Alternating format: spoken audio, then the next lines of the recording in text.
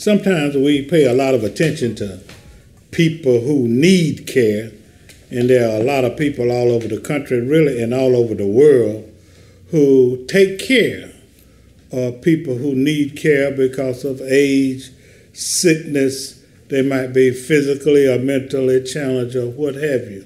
But one phenomenon that's often overlooked is that, the people who give care,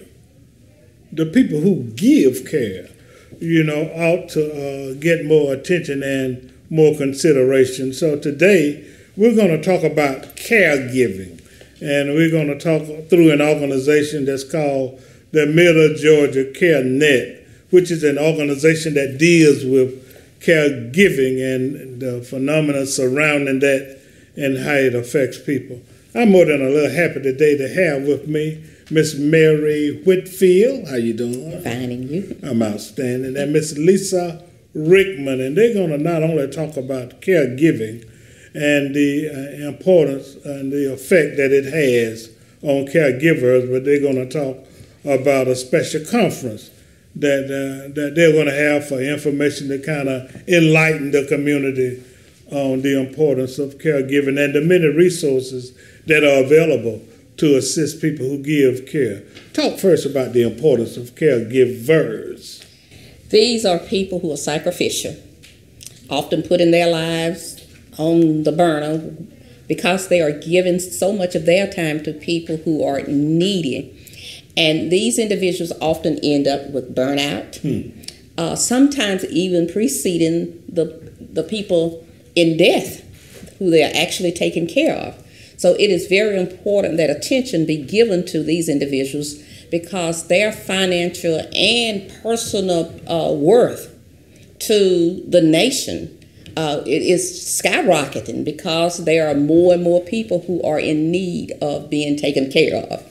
Yeah, that's very true. You want to add anything to that, Ms. Lisa? I can give you statistics. AARP has done a study.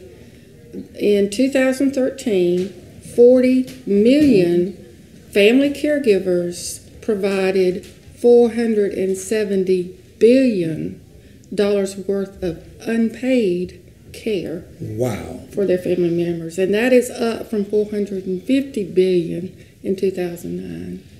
So yeah, it's just crazy. And it really isn't off. I guess we just kind of take it for granted. But, since my wife has done a lot of work in this and since I've had this relationship with Middle Georgia CARENET, I really understand. And really, I don't know that people still hear us. I don't know that they hear you because, they are so engrossed with the person needing the care until they kind of overlook, just like you said, the kind of impact that it has. And I see people all the time, who have children who were born challenged and who have sick parents and people with, mental or psycho, and then they love them. They love them dearly and they give care, but it has just talk about the effect that giving care can have on the caregiver. Well, the stress level is very high. Often they cannot participate in activities that they were engaged in prior to that time. In many cases, they don't even get to participate in family events because it's often too much, depending on the severity of the case, to get the person with the physical, mental, psychological needs or disability ready to even attend. And so a lot of times they just opt out and therefore they become isolated. And that is very dangerous for the caregiver to be isolated because the person does not hear about resources. They don't get affirmation from other individuals where they are rejuvenated. And so it spirals in the sense that their personal worth, their personal health, their personal space in society, all of those are just disjointed compared to the way they were before they actually became caregivers. And there are some who have been caregiving their entire life virtually. I know of children who had to be caregivers for their parents because of disabilities. Right. Well, I'm glad, and I'm a stickler for resources. And it's my understanding, Ms. Rickman, that there are resources out in the community and that there's an activity that will help to familiarize the community with the many resources that are available. I see people all the time, and I tell them who are caregivers, and I say, well, there are resources available. So let's talk about that event and the resources that are available for caregivers. We will have our 5th annual, what we like to call Care Fair, November Care Fair. It's on November the 12th at Vineville Methodist Church in their Spiritual Life Center. And we're a collaborative of the Rosalind Carter Institute for Caregiving. So we see ourselves as volunteers, that it is our goal to validate, educate, and advocate for the caregiver. In that is when we have the event, and we have vendors that come across the section of resources that are there for caregivers of the elderly, as well as caregivers of people with disabilities. And we also have caregiver Veterans Administration caregiver section. They will be a vendor. And we also have speakers that provide topics. We try to change up our topics every year. We have 3 speakers this year.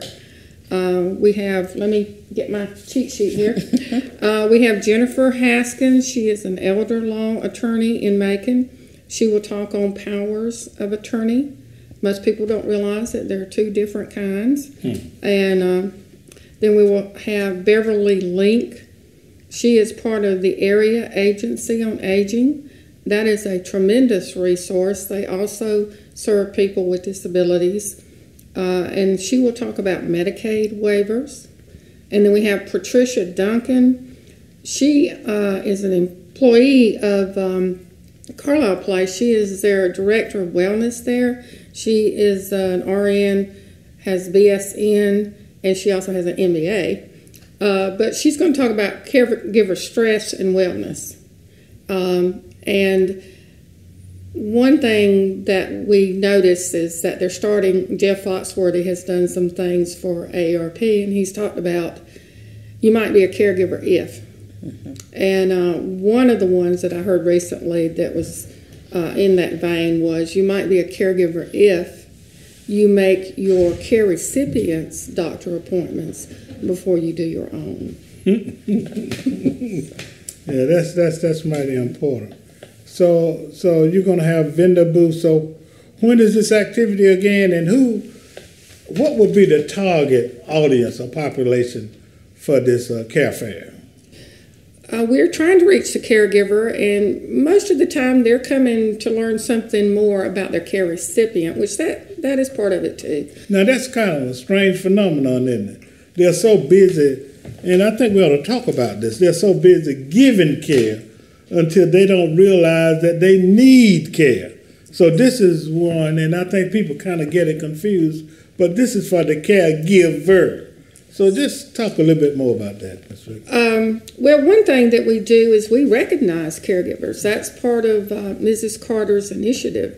And so we have nominations for caregivers in the area of paraprofessional, volunteer, and family caregiver. And Middle Georgia CARENET serves an 11-county area, so we would like to have nominations from every county, obviously. But the regional winner is also sent on to the Rosalind Carter Institute. And we recently had a state winner. Tammy Singleton won as family caregiver. She is caring for her son Mark, who had a stroke at age 22. But we've had, Mary, if you'll talk more on what we were talking about just now. Oh, about the numbers? I'm sorry. No, about what Alex just asked. Well, the issue is always about scheduling getting things in order, prioritizing. I'm reading a book now that I was given in Jacksonville, Florida last week by a caregiver who has now become a speaker, going out telling people about what is so important about a caregiver. And one of the things she said that caregivers often fail to do is to take charge, make a plan, get the resources lined up, and be able to convey all of that to other people. Because often people are in denial. And sometimes by coming to the care fair, they hear other people discuss their dilemmas. Light bulbs go off. Oh, that's what that was. Right. Or, oh, that's where I could get help. Right. Or, these are the people I can call when I have a situation. Sometimes there are emergency situations with caregiving. And so these individuals who come not only get information that is important for right then, a lot of it will not be used until much later because a lot of these issues advance, especially with things like Alzheimer's. And a lot of people are in denial, and a lot of people don't recognize the symptoms, not only of Alzheimer's, but some of the other disabilities and diseases. And so by having these experts there who can address it, but also the best experts are the people who live with it every day, right. The people who are actually taking care of individuals. Well, I just want to praise and congratulate you all for what you're doing. So, Ms. Lisa, if you would, just give the information about the care fair again and a phone number if one would be suitable to call. Okay. It is November the 12th. It's from 8:30 to 2. We try to end by 1:30, but we tell people to, if they have to have someone for their care recipient. It is at Vineville Methodist Church. That is at 2045 Vineville Avenue in Macon. Lunch is provided, and it's a cost of $3. That includes lunch, and it is a sit-down dinner, and it's not a box lunch. And the telephone number, you can contact me, Lisa Rickman, at 478-781-5743, or by email, it's leesatony@aol.com. This is a call to action. A call to action. I'm your host, Alex Habersham, and I again want to express my appreciation to Ms. Mary Whitfield of the CARENET and Ms. Lisa Rickman, who's the coordinator of this care fair, and want to encourage everybody. I know you know somebody who gives care, and it would really behoove you to help them and inform them of this care fair, because I promise you that it can be a pretty taxing thing, and they can get much needed help, oftentimes free, from the resources that are going to be available at this care fair. This is a call to action. A call to action. I'm your host, Alex Habersham. Thank you for coming. Thank you. Have a great day. You know, part of our mission at the Macon, Middle Georgia Black Pages is to provide a resource to identify African-American owned businesses throughout Central Georgia. And so we try to make it very, very easy for individuals to be able to find African-American owned businesses throughout Central Georgia.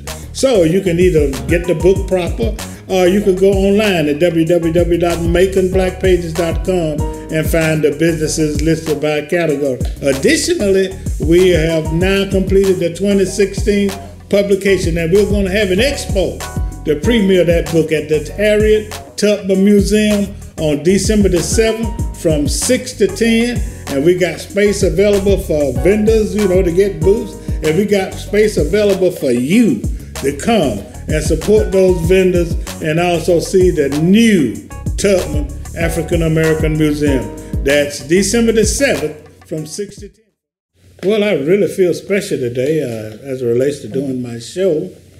We've had a show on education and the importance of education and the role that it plays in the advancement and the betterment of our community. Now we're sliding over to another E, which is economics. And we want to talk about the role that economic development plays in our community, particularly for small female and minority businesses. And as you know, there have been efforts throughout the years to try to address, the disparity in how small women and minority-owned businesses do. And it's no different today. It's no different in our city. And I'm happy to say that we do have an office of small and minority business affairs here in the Macon-Bibb, headed up by Dr. James Bumpus, who is the director, and he's got something going on as it relates to that. His initiative, his goal is to make a measurable difference in the kind of economic revenue that flows in the community in alternate areas other than traditional areas, and that's kind of like his job. So we're going to let him talk about that initiative. And in addition to Dr. Bumpus, we got Counselor Franklin Lee. Counselor as in attorney. No. Franklin Lee, J.D. Do you understand that? And he's here now, good city, and we appreciate his coming, assisting Dr. Bumpus in doing some research and imparting some information on the steps that are necessary to see if we can't move economics in the right direction. I want to begin, and I'm talking a little bit longer than I should, Dr. Bumpus, but I heard that revenue in the African American community, income only stays for 6 hours. If that long. If that long. And in other communities, it's 20 days, etc. And that's one of the things that we're going to address at a later date, because we can generate a cyclical self-help project if we could get more of that money to stay in our community. You might want to say a little thing about it too. Well, Alex, I'm glad to be with you and have the opportunity to share again with you and your viewers and to talk about the work that the Office of Small Business Affairs is doing here in Macon-Bibb County. The first thing I want to say is that we're open for business, and if you have a local small business, if you're a local small business owner, we want to know who you are. And of course, our office gives some emphasis to and attention to minority business owners, women business owners, as well as disadvantaged business owners. And so there are a lot of opportunities to do business with Macon-Bibb County. I heard earlier today that between the government agencies in our community, we're spending $1 billion or more. That's a lot of opportunity. And so, again, I want to say that we're open for business. We want to know who you are. There is a seat for you at the table, and there is an equitable opportunity for you to do business with Macon-Bibb County. If you have a good, a supply, a professional service, or service that the county is procuring or that the county is purchasing. I'm delighted to have with us this week Attorney Franklin Lee, who is working as a consultant with the Office of Small Business Affairs, helping us to develop legally defensible policies and procedures, as well as a local small business enterprise program that's going to be very helpful to our community. Our interest is accelerating business, accelerating economic opportunity in our community with the end goal of job creation. And to do that, government has a role to play, not only government, but also the private sector. And so Attorney Lee is here sharing with us this week with members, stakeholders in our community, aspects of that program, and we're just delighted to have him sharing with us. Glad to be here. This is a new day in Macon-Bibb, and I'm glad to be a part of it, very much so.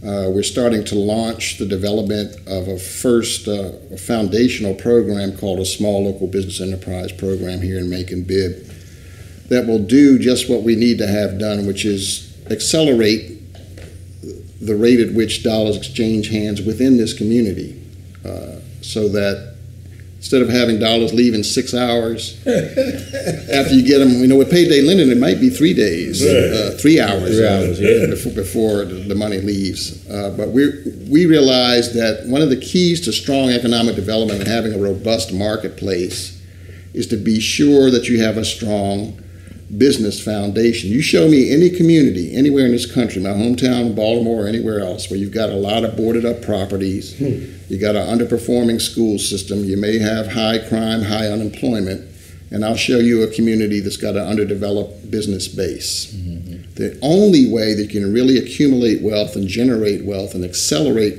the rate at which dollars change hands and have a robust economy is with a strong and vibrant business community. So this small local business enterprise program that we're putting in place for Macon Bibb, and I'm here this week to introduce the draft ordinance and get stakeholders' feedback on it. The only way you can really accomplish that is to make sure that the program is real, that is sustainable, and that small local businesses, indigenous businesses of all different stripes, all different races and genders in Macon Bibb have a seat at the table in the marketplace and can really start to develop their businesses and be mainstream players in the marketplace. And that's what this policy aims to do. So we're excited about the prospects of that, and we're looking forward to taking Macon Bibb to the next level. Okay, once he finishes, what kind of timeline associated with what you're doing? Well, we've started introducing the draft ordinance today, in fact, and by the end of this year, by the end of 2015, we are hopeful that the Commission will be able to have the final product on the desk, ready to vote and approve it, and we'll be able to start working on the administration of the program in 2016, early 2016. Yeah, that's outstanding. What's the process of assuring that one gets at the table and that one's name is in the pot as it relates to doing business? A lot of times, and the other thing, is there some assistance? Some of the smaller businesses may have some difficulty filling out the forms. Some people may be technological dinosaurs, like I used to be. So is there some assistance? The Office of Small Business Affairs does provide a level of technical assistance for those small business owners who want to compete for county contracts. Of course, a local business owner will need to have, a local business license and the appropriate documents as it relates to just basic business kinds of practice. Beyond that, it depends on the scope of work that we're looking for. Not all of the contracting opportunities require bonding or insurance, and so there are some opportunities. You said they do or do not. There are some purchases. There are some procurements that the county does not require bonding and insurance. In terms of supplies, purchase of supplies, and some other types of services. And so that's basically what one needs to do, make sure they have a business license and have their just fundamental business administrative paperwork in order. The other thing that local business owners should do is to make sure that they're registered with our procurement department, that they fill out the vendor application packet, identify all of the goods, services, or supplies that they're able to provide to the county, receive that vendor number, and also register on the Georgia Procurement Registry as well. Now, will that procurement department assist at all with completing the vendor application, or do they need to find an external source? There is limited assistance in terms of filling out the application. There's no one on staff to go through and fill out the application for them, there's assistance in the But they sense can of ask questions. making Yeah. sure that they understand what's being asked, the documents that they're asked to fill out, and the information that they're asked to submit. Right. Yeah. So Alex, I think you raise a very important point. It's critical that Macon-Bibb County, if it's really serious about economic inclusion and ensuring that there's real substantial opportunity for all of its small and local businesses, including minority-owned businesses, it's got to put the resources in place so that that technical assistance can be provided, so that they know about the procurements and can actually move on those opportunities. We've been stressing that from day one, and as we roll out a series of policies and administrative recommendations to the county, that's going to be number one. This man, Dr. Bumpus, is doing a great job, but he's only a human being. He's only one man. Yeah. And resources have to be put in place to make sure that whatever technical assistance is needed, there's a help desk established to help small minority vendors be able to cope with the procurement process. And what you are doing, hopefully, will address that vacuum. Absolutely, if I have anything to do with it. But maybe that's your call to action here, because I can't do it by myself. Dr. Bumpus can't do it by himself either. Well, we're going to tell the community, we're looking right out there at them, that, you got an elected official, and we got, there's an old saying that said, if it is to be, it's up to me. And, and I think that we all can make ourselves a committee of one to try to make our communities better. And try to, it's shuddering. It's mind-boggling if one would just kind of imagine what it would mean to kind of get that money circulating in our community. And Attorney Lee talked about blight and unemployment and education and things of that nature. Well, if we could get some of that money to flow in our community, then it will address all of those factors. I want to thank you, sir. Thank you for coming to our town and assisting us.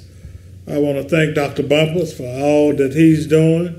Is there a number that one should call if they want to find out more information about?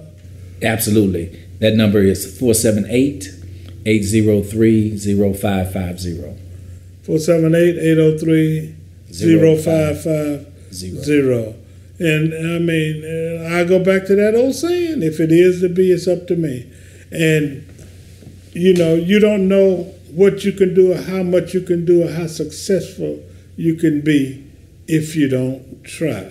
This is a call to action. A call to action. I'm your host, Alex Habersham, having interviewed Dr. James Bumpus, Director of Small Business Affairs for the Macon-Bibb, and Mr. Franklin Lee, counselor, consultant, Juris Doctor, who's down here helping us to make sure that we have the proper kind of documentation and formal papers, etc., to make sure that we make the process fluid in trying to get more money directed to small, minority, and female-owned business. Have a great day.